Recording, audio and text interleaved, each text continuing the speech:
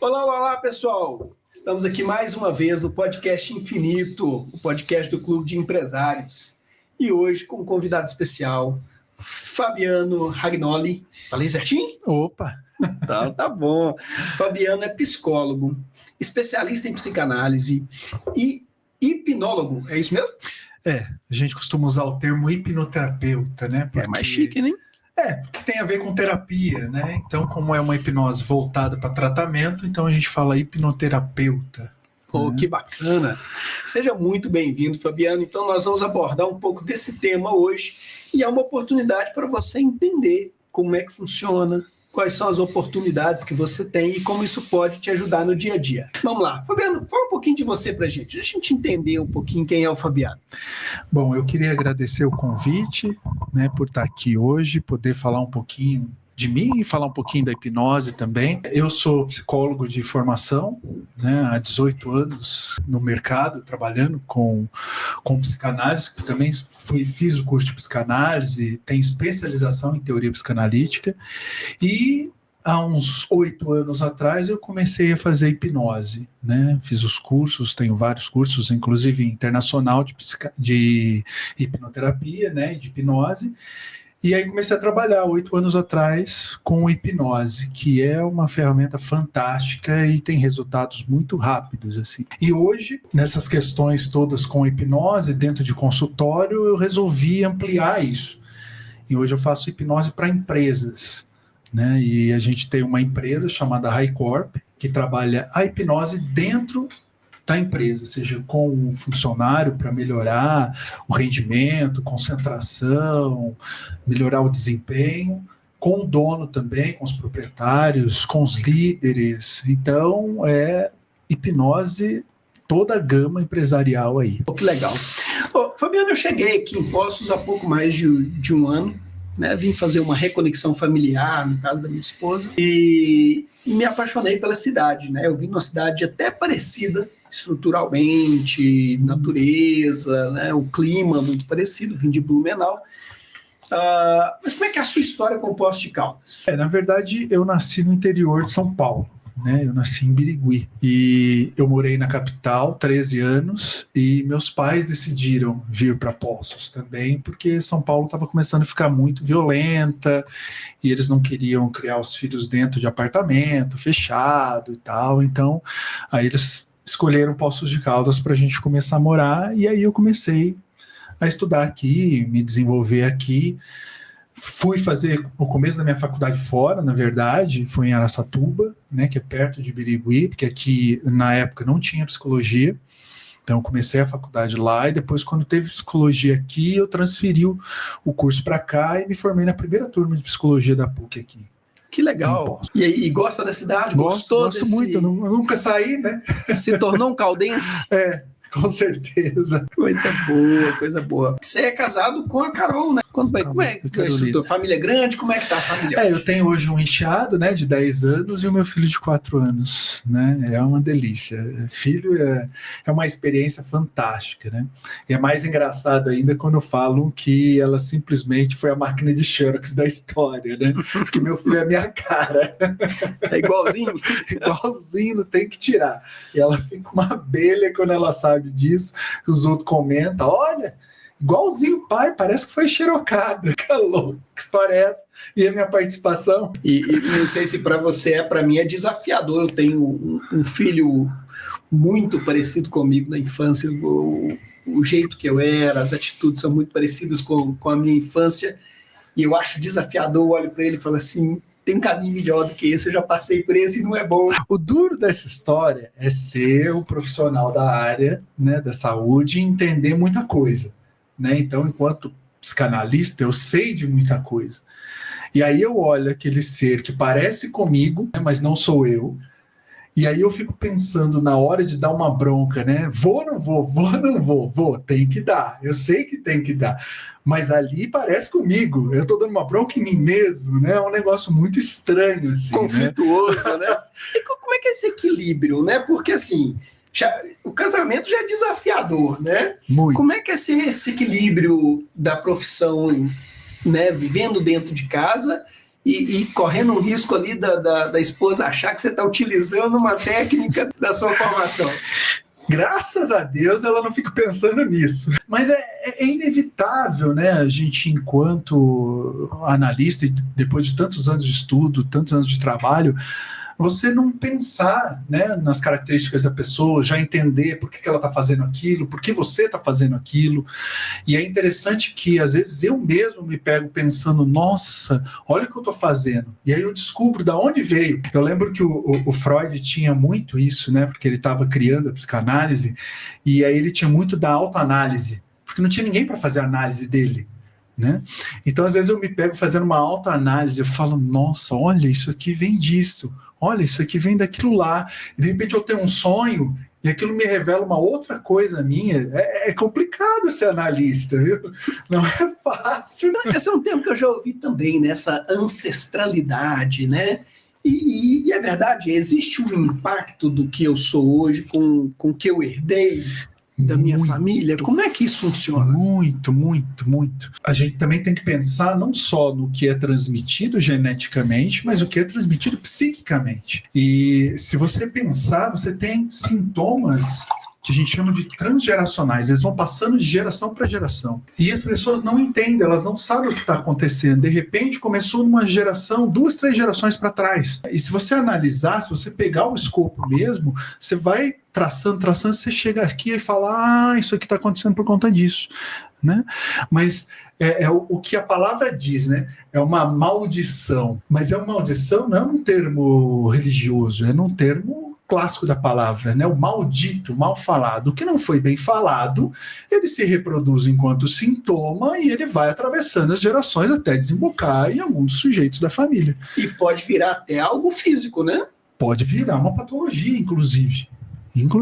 Então é interessante quando você faz esse mapa, né, dessa família, essa genealogia toda, e começa a entender e fala, olha, a coisa já estava aqui. Né? E a pessoa fica espantada e fala, meu Deus, eu nem tinha pensado nisso. Pois é, né? Esse sintoma transgeracional a gente vive muito e ninguém nem percebe, né? E vai arrastando gerações e gerações. Legal. Eu sou um cara apaixonado com psicologia, tá? A minha família vem da área de saúde, meu irmão chegou a estudar para ser psicólogo, não conseguiu se formar, mas começou. Então a psicologia acabou se envolvendo muito na minha família. Minha mãe enfermeira, minha irmã foi enfermeira, e eu passei um período grande da minha vida em farmácias, né? E numa época em que a gente podia fazer as coisas na farmácia, né? A gente fazia procedimentos médicos na farmácia que hoje só hospitais podem fazer. E a gente sempre teve uma abertura muito grande. Eu sempre gostei de psicólogo, né? Eu visitei várias vezes psicólogo, algumas vezes porque eu precisei de fato, outras porque eu só tinha a oportunidade de falar, vou conversar. Né? Minha última experiência, a empresa tinha um plano com psicólogo e eu falei, vou participar desse plano para conhecer, até para indicar para os meus colaboradores. Eu tinha uma equipe com 48 pessoas e participei, foi muito legal. Né? Em 7 sessões eu consegui colher algo muito bom para mim, que assim, antes da sessão a psicóloga pedia para eu ouvir um mantrazinho, que era um yoga de 5 minutos. Viciei naquele negócio, que é um negócio sensacional, entendeu? Aquilo foi o melhor do processo. Eu saí das sessões assim, eu consigo dar uma parada, ouvir uma yogazinha de 5 minutos, eu tenho até hoje no meu celular. Então, de vez em quando eu dou uma paradinha, faço 5 minutos daquela yoga, aquilo me dá uma reconectada, uma acalmada, falou, agora vamos seguir. Alguma coisa ela já sabia de hipnose, né? Pelo visto. E funcionou, e foi bem legal, sabe? E aí a minha pergunta, né, e eu acho que é uma pergunta de muitas pessoas, né, para quem é o psicólogo, né, quem devia ir ao psicólogo ou quando alguém deveria ir ao psicólogo? Eu acho que a psicologia, ela pode ser para todos, né? A psicanálise não é para todos, realmente não é, porque o analista, ele vai escarafunchar o seu inconsciente, e tem muita gente que não aguenta isso, né, não aguenta mexer nas dores, e rapidamente quer não olhar para isso e ir embora. Né? Então a análise não é para todos. A psicologia acho que é para todos. Né? Tô falando da psicologia enquanto psicologia comportamental, humanista, transpessoal, etc. Mas a análise não é para todos. E em que casos que a pessoa deveria ir para a análise? Bom, eu já digo um que não deveria ir. O que não deveria ir é aquele que busca o autoconhecimento. Esse não deveria ir para análise. Né? Por quê? Porque o que gira a análise, o que faz a análise acontecer é o sintoma. É algum incômodo que está acontecendo com você e que você precisa falar disso, que você precisa pensar sobre isso, e isso vai movimentar a sua vida. Se não tem esse incômodo, o sujeito vai lá sem uma demanda, que a gente chama. Então, se não tem a demanda, não tem movimento. Então, a pessoa que vai para a análise para se autoconhecer está perdendo tempo. Realmente perdendo tempo, e logo, logo ele vai se cansar e vai embora. Porque tem que ter uma demanda, tem que ter algo que tá ruim, tá te incomodando, tá angustiando, etc., para que a gente possa trabalhar isso e se movimentar. Né? E aí, quando a pessoa vai nesse sentido, ela descobre N coisas. Né? Então ela acha que é uma coisa que ela vai descobrir, é lá. Tanto que eu tenho pacientes que estão comigo há mais de 5 anos em análise. O paciente ele pode chegar em várias situações, né? Saudável ou nem tão saudável ou muito doente. Né? Qual que você diria assim, que é o primeiro sintoma que a pessoa deveria parar e falar assim, opa, eu devia ir ao psicólogo? Qual seria o melhor momento para ela não ir tão estragada para o psicanalista, né? Porque tem gente que já chega tão estragada que consertar já tá difícil, né? Mas no fim dá um jeito, né?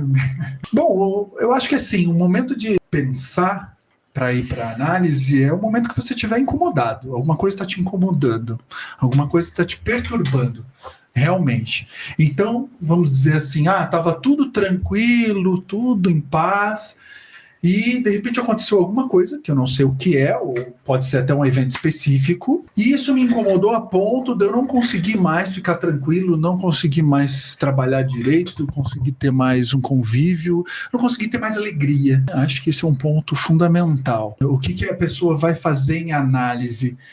Ela vai falar das coisas do dia a dia. Para quê? Para ficar melhor, para ficar mais tranquila, para viver uma vida melhor. Porque, como dizia o Lacan, né, foi um psicanalista que veio depois do Freud, a gente não vai deixar de ter sintomas, mas viver bem com esses sintomas, tá aí o grande desafio que a psicanálise se propõe a solucionar. Então, não precisa esperar um trauma. Né? O que é o trauma? O trauma é qualquer acontecimento que o sujeito sofre e que muda toda a estrutura do aparelho psíquico. Então ele estava vivendo de uma forma, aconteceu algo e aquele aparelho psíquico começa a reagir àquele algo. Isso é um trauma. Então as pessoas não precisam esperar um trauma, né, para ir para a análise. Não, pode ir antes, né? Desde que não seja para autoconhecimento. Né? Desde que tenha uma questão que esteja incomodando aí. E pode ter certeza que vai descobrir muitas outras questões. E aí vem aquela visão da saúde mental, né? Nós estamos falando de psicologia. Psicologia vem do intelecto, vem do cuidar da mente, né? Sim. Até porque os caras querem cuidar do corpo, ele tem na academia, né? A gente estava brincando antes aqui da academia, eu tô aqui com uma resistência a ir à academia. E... Não que a hipnose não possa resolver esse problema também, né? Mas a saúde mental vem para esse processo do psicólogo, né?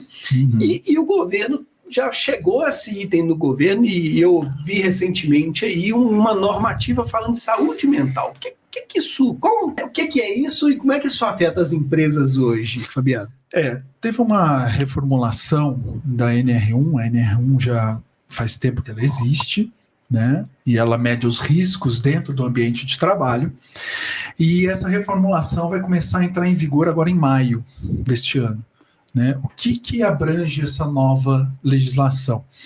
A questão de riscos psicossociais. Quais seriam esses riscos psicossociais? Estresse, depressão, bullying no trabalho, assédio. Então, várias características que o funcionário sofre e que deixam ele ou impedem ele de trabalhar e de render dentro do trabalho. Como outros riscos que acontecem no trabalho, por exemplo, que você precisa usar EPIs para se proteger, etc., né? Esses riscos também vão ser medidos.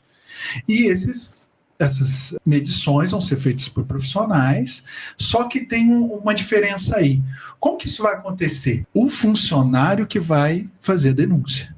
O funcionário que vai ligar, né, para o Ministério do Trabalho, etc., e falar, olha, aqui na minha empresa está tendo um risco assim, assim, assado. E aí vão os fiscais lá fiscalizar. E o que vai acontecer? Se realmente existir esse risco, a empresa vai ser multada e vai pagar uma multa grande aí, né? Então, algumas empresas que hoje já pensam em saúde do trabalhador já estão à frente com isso. Já tem empresas que a gente trabalha com a HiCorp hoje e que já estão um passo à frente nessa lei, em que a gente trabalha tanto o funcionário ali, quanto o dono, quanto toda a estrutura, né, para proporcionar uma melhor saúde no trabalho, uma melhor condição de trabalho. Entendi. E essa lei vai servir para todas as empresas ou tem algum nível de todas empresa? As empresas. Tem que ter, todas é obrigatório as para quem tem mais de 5 funcionários? Como é que é isso? Não, isso vai funcionar para todas as empresas, é claro que vai ser mediante essas denúncias, porque não tem fiscal suficiente para ficar indo em todo tipo de empresa, né, para fiscalizar e ver como está. Mas aí o profissional do Ministério vai fazer essa avaliação e ver se realmente existe esse risco.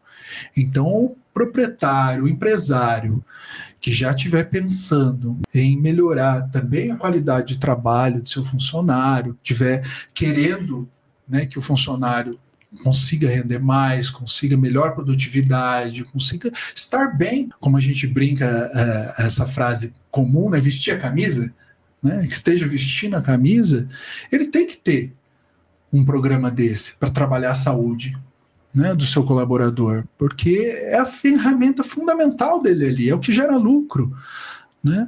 O que aconteceu muito no passado, e hoje a gente tem um sério problema com isso, foi que o mercado foi gastando mão de obra. O que eu quero dizer com isso? Foi se trocando muito de funcionário.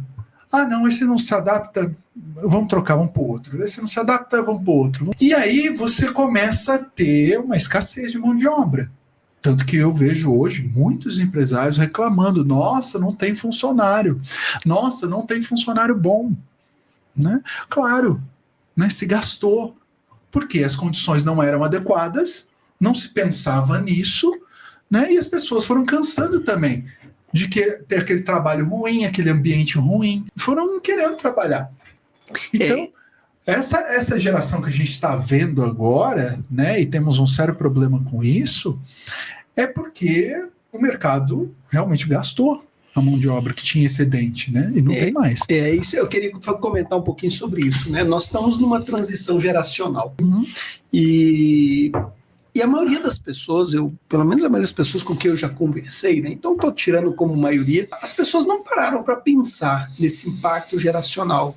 Então nós tivemos os boomers que participaram ali da saída da Segunda Guerra Mundial, os baby boomers, os millennials e geração X, Z, e cada fase, né, cada geração dessa tem estruturas diferentes, conceitos diferentes, paradigmas diferentes do que ela espera doar de serviço, do que ela espera receber de contribuição, e há um conflito nas empresas, isso eu já percebi nas empresas que eu passei, há um conflito geracional. Então você pega lá um gerente que já está com 50, 60 anos e ele está pegando agora um colaborador de 20. Uma geração Z, uma geração que foi formada diferente, com conceitos diferentes, com valores completamente distintos do que a geração boomer ou baby boomer tinha, né? Com frescuras, inclusive, diferentes, diga-se de passagem. Tem isso também, né? Todo sujeito vira um dia, no segundo dia fala, não vou mais por WhatsApp. Né? Simplesmente manda uma mensagem. O que para uma geração boomer é inaceitável. Sim, falta de compromisso, né? Desrespeito, né? Então, essa geração Z não entende isso como desrespeito, ela entende que ela tem o direito de fazer, de tomar alguma decisão nesse sentido. E aí eu vejo assim, a HiCorp, né? Você vem trabalhando com a HiCorp com as empresas já há algum tempo. O que o seu trabalho, a psicologia e a hipnose consegue ajudar nesse equilíbrio geracional na empresa? Esse é um ponto importantíssimo, porque a HiCorp ela não faz só um trabalho de hipnose dentro da empresa, né? Não é uma coisa assim do tipo, vamos docilizar todo mundo, né? Deixar todo mundo bonzinho para trabalhar. Não é isso. A gente faz uma análise geral, né? Como uma consultoria mesmo. Então vamos ver se a pessoa está no lugar certo, fazendo a função correta, né? Se ele tem outras capacidades que ele não está desempenhando e que ele poderia desempenhar, se ele poderia render melhor em outro lugar e não ali, né? Então a Highcorp faz todo um estudo dentro da empresa. Não é só chegar e trabalhar com o funcionário a ponto de fazer, né, uma técnica poderosa como a hipnose e ele simplesmente render mais. Não é isso. É toda uma análise que a gente faz da empresa e do próprio sujeito para ver se ele está no lugar certo e se está correspondendo para a coisa correta. E também do gerente, também do dono, né, toda a arquitetura ali da empresa, porque às vezes o próprio dono também pode ser o problema da própria empresa, né? Quantos e quantos empresários eu não vejo que são o funcionário número 1 da própria empresa, é o funcionário do mês. Quando ele tinha que estar captando mais recursos, vendo novas ideias, trazendo mais tecnologia, etc., o sujeito está ali trabalhando no operacional e virando funcionário do mês. E deixando de cuidar do estratégico. E deixando, né, o principal, que é o estratégico, e aí o resultado vai lá embaixo. Né? Então, a Highcorp, ela trabalha, no geral, ela é uma consultoria, né, acima de tudo. Certo. E assim, quais são os resultados que você já conseguiu, né, que você já viu acontecer com esse trabalho aí, e que as pessoas, de fato, qual o resultado que isso gera? Para as pessoas verem na empresa deles aqui, falam assim, poxa, eu queria isso na minha empresa também. Os resultados são, sim, fantásticos. Geralmente a nossa estrutura começa pelo proprietário. Né? O plano do High Corporation, que é um dos produtos da Highcorp, né? A Highcorp tem 3 produtos, o High Corporation, o High Successor e o High. Então são 3 produtos nossos. O High Corporation, ele começa pelo dono. É claro que a gente também pode começar pelos líderes, mas a ideia é começar pelo proprietário. E trabalhando isso, o próprio dono começa a ter uma visão maior. Em empresas que a gente já está fazendo o trabalho, a gente vê como que a coisa estava estagnada em pequenos conflitos assim emocionais das pessoas que estavam ali, ou do próprio proprietário com os funcionários, associados, etc. Então, quando você começa a trabalhar a cabeça e começa a trabalhar os resultados, os membros também, você vê que o resultado é fantástico. Porque todos eles começam a ver a empresa de uma outra forma. Até o próprio dono começa a ver a empresa de uma outra forma, começa a vislumbrar possibilidades que não vislumbrava antes, começa a fazer, e a gente também é muito chato nesse sentido, porque a gente cobra, né? É o nosso trabalho, metas. Como é que vamos ampliar esse seu trabalho? Como que a gente vai ampliar a sua empresa? Onde você quer estar? O ano que vem, daqui a 5 anos, onde você quer estar? No mesmo lugar? Da mesma forma? Né? Então, hoje, com o trabalho que a gente vem fazendo, os resultados com as empresas que a gente vem trabalhando, nossa, são fantásticos. Os donos e os próprios funcionários falam, nossa, não tem como largar a mão do Fabiano, não tem como largar a mão do Luiz Paulo, não. Né? Até esses dias eu fui para São Paulo, num outro clube de empresários que eu participo, e estava fazendo hipnose lá, tratando algumas pessoas lá em São Paulo. E aí um dos donos falou assim, não, mas espera aí, ele tem um contrato com a gente, ele não pode ficar lá em São Paulo, não. Eu não abro mão dele. Legal. Então nós vimos aí que não é só um trabalho de psicologia, né? Existe também um trabalho de consultoria, até técnica, né? Sim. De posicionamento. Tanto que o meu sócio, né? Ele é da parte administrativa, da parte contábil, então ele faz toda essa parte, enquanto eu trabalho a parte psicológica da história. Que legal, pô, coisa bacana. Você comentou agora um negócio bacana aí, que você foi para São Paulo no outro grupo, né? A gente está aqui no grupo de empresários, e aí você fala pra gente assim, você que já é uma pessoa do estudo da mente, né? Qual que é a importância da pessoa estar dentro de um grupo, né? Como um grupo de empresários, que é um grupo onde as pessoas têm o mesmo objetivo, né? Todo mundo quer ter uma empresa bem-sucedida, gerar resultado social. Qual a importância disso na sua visão? A frase que mais eu ouço, né, e que eu acho interessantíssima é, às vezes não, na maior parte das vezes, o network vale mais do que o dinheiro. Né? Então, ou seja, essas confluências, esses encontros que a gente faz com outros empresários é fundamental. né? O empresário que não participa hoje de um clube, seja qual for, ele está sozinho. E como é difícil caminhar sozinho. Quando você caminha sozinho, você pode ir até mais rápido, mas quando você caminha com os outros, você vai mais longe. É isso que é interessante. Se a gente caminhar junto, a gente vai muito mais longe. Então, estar num clube é primordial hoje para o empresário que quer evoluir, que quer crescer, né? Se você é empresário, quer crescer hoje, você tem que estar dentro de um clube, não tem como. De preferência 2, 3, quanto mais melhor, né? Porque isso aumenta o network, isso aumenta, né, a possibilidade de fazer trocas e de fazer negócios. E o bacana é que eu costumo dizer que o dinheiro, ele não multiplica, né? Se eu tenho 10 e eu te dou 10, continua valendo 10. Né? E eu deixei de ter 10. Entendeu? Agora a ideia, ela se multiplica. Se eu tenho uma ideia e eu compartilho ela com você, agora são 2 ideias.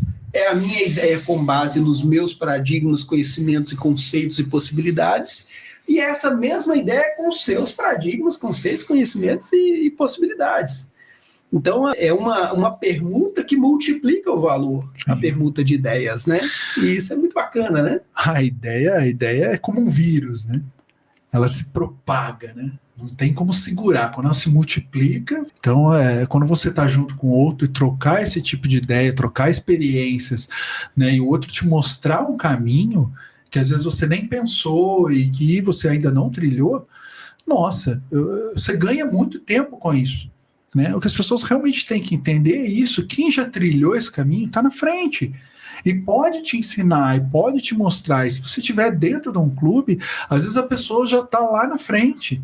Né? E ela pode trocar com você algumas informações que você também pode chegar lá. Então é fundamental hoje participar de maior parte de clubes que você puder. O empresário que estiver sem clube está sozinho e está nadando contra a corrente. E essa corrente é forte, tem muita gente. Né? Eu tenho uma empresa, né, a Unievo, que é a Universidade da Evolução, e a nossa missão é gerar transformação na vida das pessoas através do conhecimento.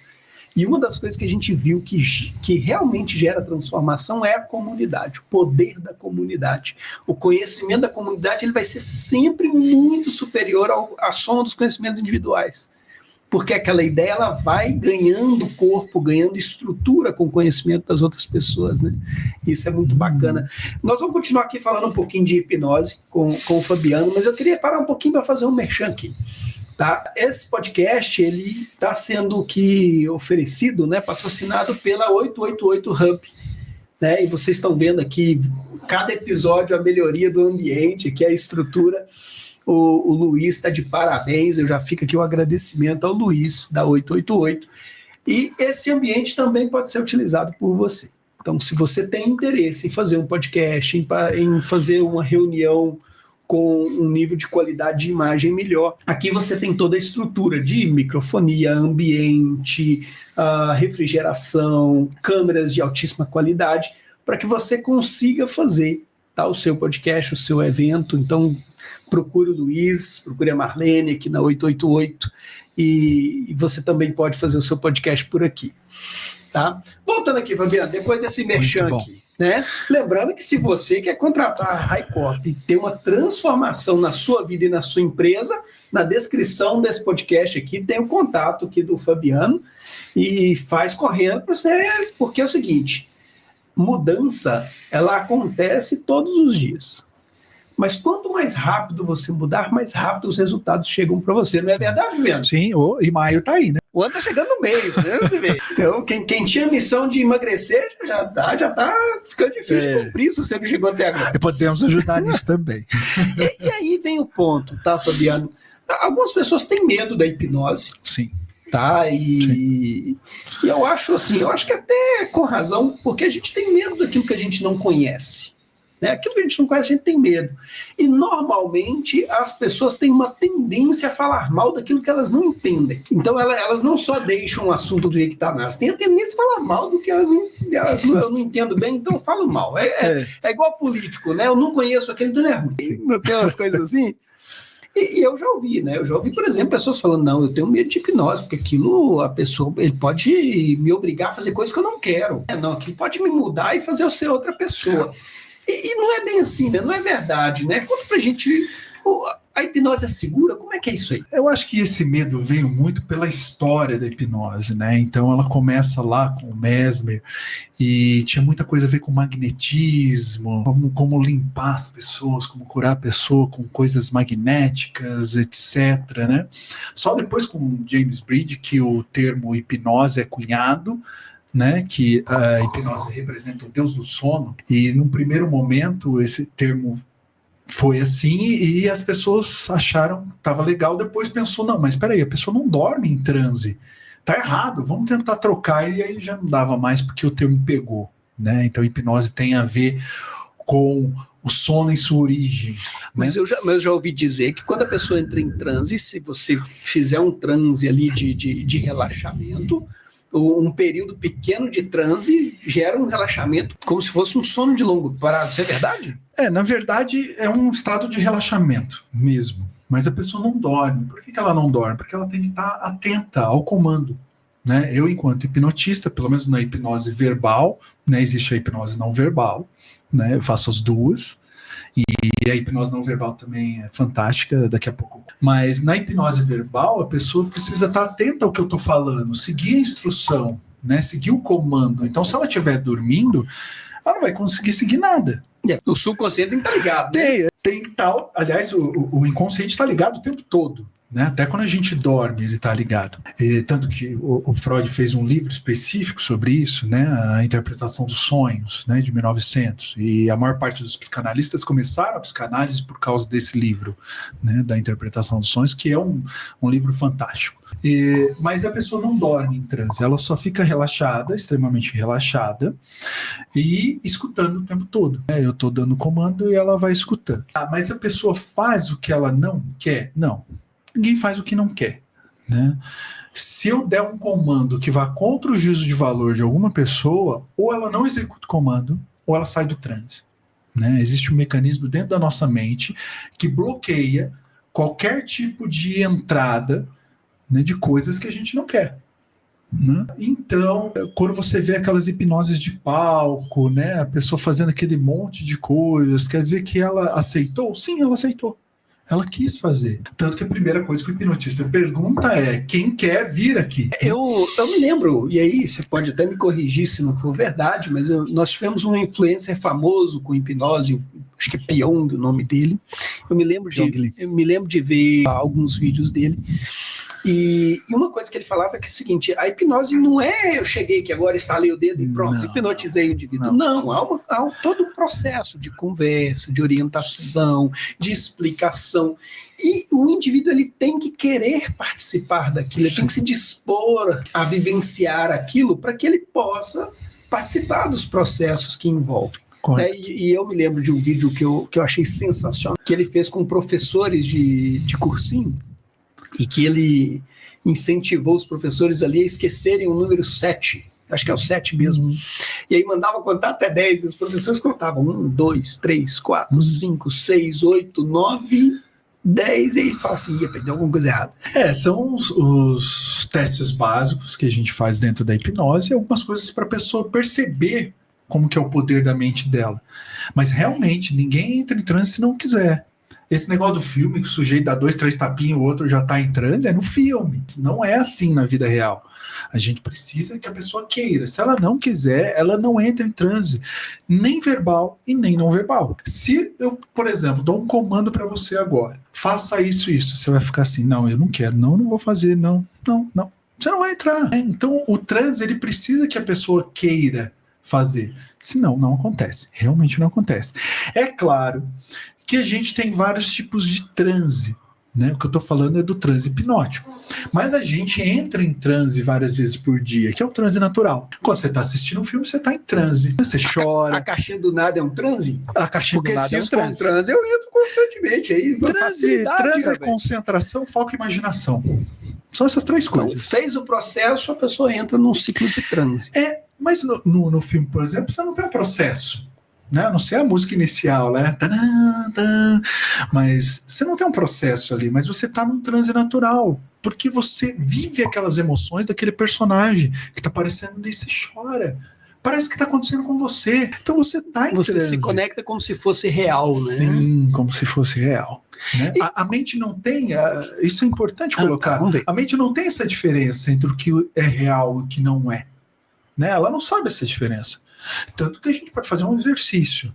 Né? Se eu pedir para você fechar os olhos agora, imaginar que você está comendo um limão muito azedo, né? Mastigando esse limão. Eu vou gostar, eu gosto do limão. Deu até água na boca. Agora que eu tomei um suquinho de limão, tomei um suquinho de limão antes de vir, que coisa. Já deu água na boca, exatamente. A mente cheira esse conceito. E o limão não está aqui, você não está comendo limão. Agora, vamos lá, traz pra gente assim, 3 exemplos de hipnose que você já fez ou que você acredita que pode ser interessante para a vida das pessoas, 3 mudanças que as pessoas podem alcançar através da hipnose. Um dos casos, até estava descrevendo antes da gente começar o podcast, né, foi uma paciente que ela tinha dificuldade de voar de avião. Né, então, era muito incômodo para ela estar dentro do avião, ela tinha que estar o tempo todo no celular, falando com alguém, porque ela tinha medo que o avião caísse e ela ia morrer. Né?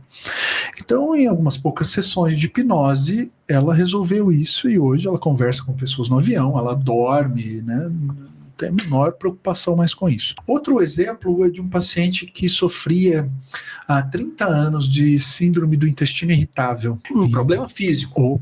Um problema muito emocional. Um problema físico gerado por um impulso emocional. E também com algumas poucas sessões de hipnose, esse paciente resolveu esse problema e você imagina, né? O sujeito não poder sair na rua porque de repente o intestino solta e você está em qualquer lugar, você não tem controle, né? Você tem que se virar.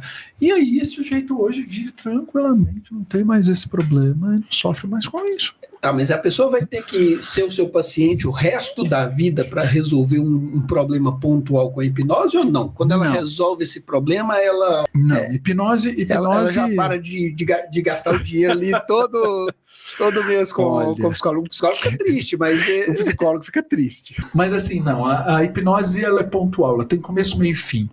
Né? Então ela tem um tempo. É claro que não dá para definir o tempo do inconsciente. É uma sessão... Não dá para você prometer esse tipo de coisa, né? Eu acho muito complicado pessoas hipnotistas que prometem isso. Em uma sessão vou resolver o seu problema de depressão. Opa! Você talvez gaste 2, 3 sessões só para que ele entre no processo da hipnose, né? Que ele confie em você, entre no grau de aceitação, que ele acredite que ele realmente quer fazer aquela mudança, né? Porque tem isso também, né? Se a mente dele acredita que ele não quer fazer aquela mudança, vai ser muito difícil você sugestionar para ele uma mudança que ele conscientemente acredita que ele não quer. Ele tem que, de alguma forma, querer, né? Entender que aquilo é um problema na vida dele, não tem isso? Correto. Há pessoas que demoram mais tempo do que outras ao contrário. Né? Entram em transe muito rápido, aceitam a questão da hipnose muito rápido, etc. Mas há outras que realmente precisam de um trabalho mais demorado aí. Né? Então, o tempo do inconsciente a gente não sabe. Mas a hipnose, sim, tem começo, meio e fim. Então, ela começa, ela termina. Ela não vai ficar anos e anos se arrastando. Agora, a análise é diferente. Por que a análise é diferente? Porque você entende um ponto em que você não estava entendendo antes, só que esse ponto está ligado com outro ponto, com outro ponto, com outro ponto. E aí vai tempo para entender tudo isso. Né? É claro que se a gente fizesse a análise como Freud fazia no começo, mesmo Lacan também fazia, a pessoa era analisada todos os dias, inclusive sábado, domingo, o resultado fica mais rápido, né? Em 6 meses você dava alta para a pessoa. Você já conheceu tudo, resolveu tudo. Porque não tinha enrolação, né? Não tinha esse negócio que às vezes o paciente faz de vir na sessão na outra semana e tentar contar a semana. Isso não é o mais importante. E eu acho barato quando o paciente chega assim e fala: nossa, parece que hoje eu não tenho nada para dizer. E é o dia que a coisa mais rende, porque realmente você não veio preparado com nada, você não ficou pensando na sua semana, etc. Aí então, você pode focar no problema. Aí as coisas do inconsciente saem, que é uma beleza, né? Então a análise ela tende a se estender mais do que a hipnose. A hipnose não, ela é mais pontual, ela vai lá, resolve o problema. Então você deu o exemplo aí das fobias. né, o medo. Você deu um exemplo aí de um problema psicológico gerando um problema físico. E os vícios? Os vícios também podem ser trabalhados? Com certeza. Há técnicas específicas para vícios, parar de fumar, parar de beber, uso de drogas, N vícios que você pode resolver com técnicas específicas dentro da hipnose. Aliás, algumas técnicas específicas também para vícios são usadas para emagrecimento. Né? Porque você às vezes tem que controlar um doce que está comendo a mais, né? uma massa que está comendo a mais, e o mecanismo é muito parecido, que você usa numa técnica em outra, e tem resultados fantásticos aí.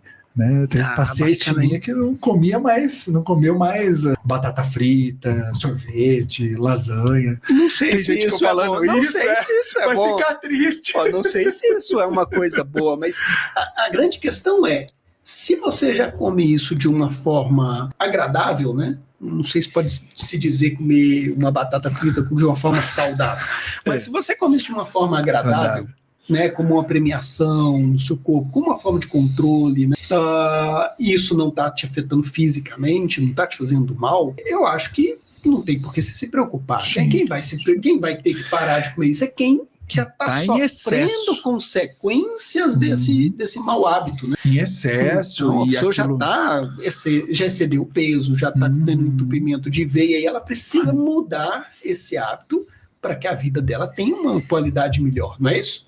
Claro, a ideia não é tirar todos os prazeres da vida e a pessoa ficar sem nada, não. É realmente o excesso. O excesso de tudo é prejudicial, de todas as coisas, né? Então, é barrar esse excesso. Né? Agora, se a pessoa está vivendo bem com sua batata frita, não tem problema nenhum, deixa a batata frita lá. A questão é realmente do excesso, né? Que a pessoa está com ganho de peso, está com obesidade, está com problemas de saúde, e aí você precisa usar uma técnica para diminuir ou barrar realmente esse tipo de coisa, porque está atrapalhando. Talvez no próximo momento a pessoa vá voltar a comer uma quantidade muito menor, ou quase não comer mesmo. No último episódio a gente conversou com o Fabrício Perin, a gente falava de finanças, né, de investimento, e ele falava da importância do equilíbrio né, financeiro naquele processo.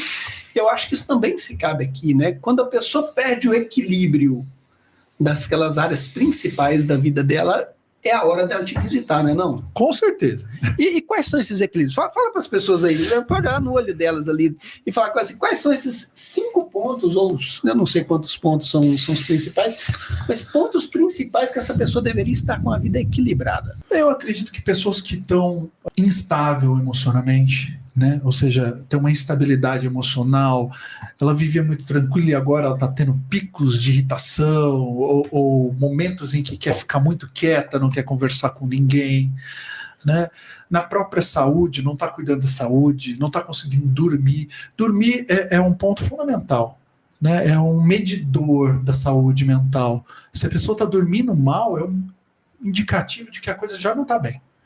E a hipnose ajuda no sono também? Com certeza. Tanto que alguns pacientes relatam que a primeira sessão de hipnose, eles têm o melhor sono da vida. Né? Na primeira sessão que eles experimentam a hipnose, eles chegam à noite e têm o melhor sono da vida. Né? Vários pacientes relatam isso e é fantástico ouvir isso, né? Porque a hipnose também atua nesse sentido, né? Tanto do sono quanto da ansiedade, no controle da ansiedade, no controle das próprias coisas que estão te atrapalhando no dia a dia, ou seja, em traumas também, né? É claro que quando você fala em hipnose, a primeira coisa que a pessoa pensa é em regressão. É óbvio que essa técnica não é a única, né? Então, por exemplo, se eu vou tratar uma questão da Mas ela parar... existe. Existe, sim, é muito boa. Né? Quando bem utilizada, né? Por um profissional. A gente tem que pontuar, né, que o psicólogo pode fazer hipnose desde o ano 2000 pela resolução 0013 de 2020. Do ano 2000. Então, essa técnica sendo aplicada dessa forma, ela pode resolver N coisas. Então, a regressão é uma técnica que muita gente utiliza para tratar uma série de questões e reprogramar, né, a cabeça da pessoa para conseguir viver melhor. Né? Não é a única técnica? Não é. Se eu for, por exemplo, fazer uma questão de parar de fumar, por exemplo, que eu estava falando, você não precisa usar regressão. Você pode usar um outro mecanismo para a pessoa parar de fumar, que seja a regressão, mas você pode também usar a regressão, né, nesse sentido, mas não necessariamente, né? Você vai usar a regressão quando você tiver algumas questões em que a pessoa não sabe, não entende ou ainda está precisando reformular, revisitar, reviver e reformular, né?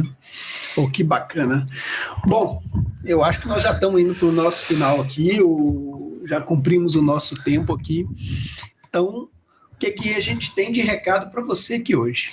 Tá? Existe no Clube de Empresários um especialista, tanto em psicologia quanto em hipnose, que pode te ajudar. Tanto você como pessoa física, quanto a sua empresa. Então, você tem ele, Fabiano, para cuidar aí da sua pessoa física, e você tem a Highcorp como empresa para cuidar dos seus negócios, para te ajudar com sucessão, para te ajudar com o equilíbrio dos problemas internos de equipe, e isso é o caminho que vai trazer bem para o seu negócio. Se você tem um problema pessoal, está ansioso demais, preocupado com o futuro, está na hora de falar com o psicólogo.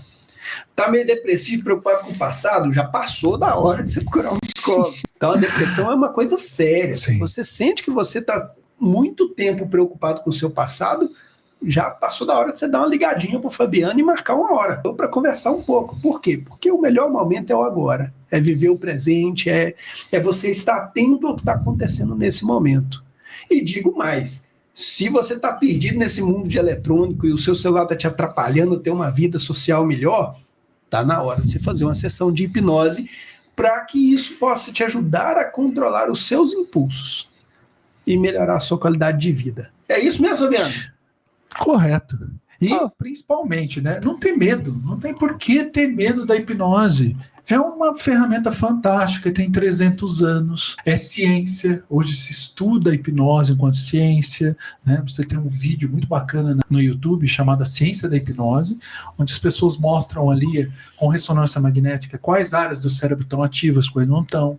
E você tem a aplicação da hipnose hoje em N lugares, né? Você tem para cirurgia, você tem para o esporte, para melhorar rendimento. Você tem hoje um dos hipnólogos mais antigos do Brasil, que é o Fábio Puentes, fazendo hipnose dentro do Hospital das Clínicas para controle de dor. Então você tem hipnose para N coisas, não tem por que ter medo de uma coisa que já é mais do que comprovada e você tem N artigos científicos falando que funciona. E não precisa ter medo, não. Tá? O Fabiano também não é careiro, não. Tem preço bom para você também. Pode confiar. Dá uma ligada, faz uma conversa lá, que de repente o seu medo de tirar esse dinheiro do bolso e investir na sua saúde pode estar te impedindo de ter resultados extraordinários no dia a dia.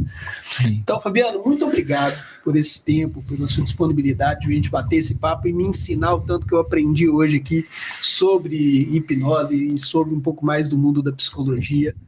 Tá? Se quiser deixar um recadinho final aí, fica à vontade. Eu que agradeço, Josias, pelo convite, e falar desse tema para mim é muito gostoso, né? Eu adoro falar de psicanálise, de hipnose, né? Porque é o que eu vivo e é o que eu trabalho, né? Há mais de 18 anos aí no mercado fazendo isso, né?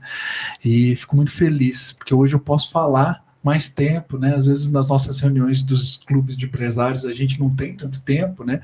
O tempo é muito limitado e aqui eu posso falar mais tranquilamente, ter mais tempo para explicar como funciona e quanto é gratificante isso. Eu agradeço muito o convite, viu? Valeu, pessoal. Até a próxima. Obrigado, até mais.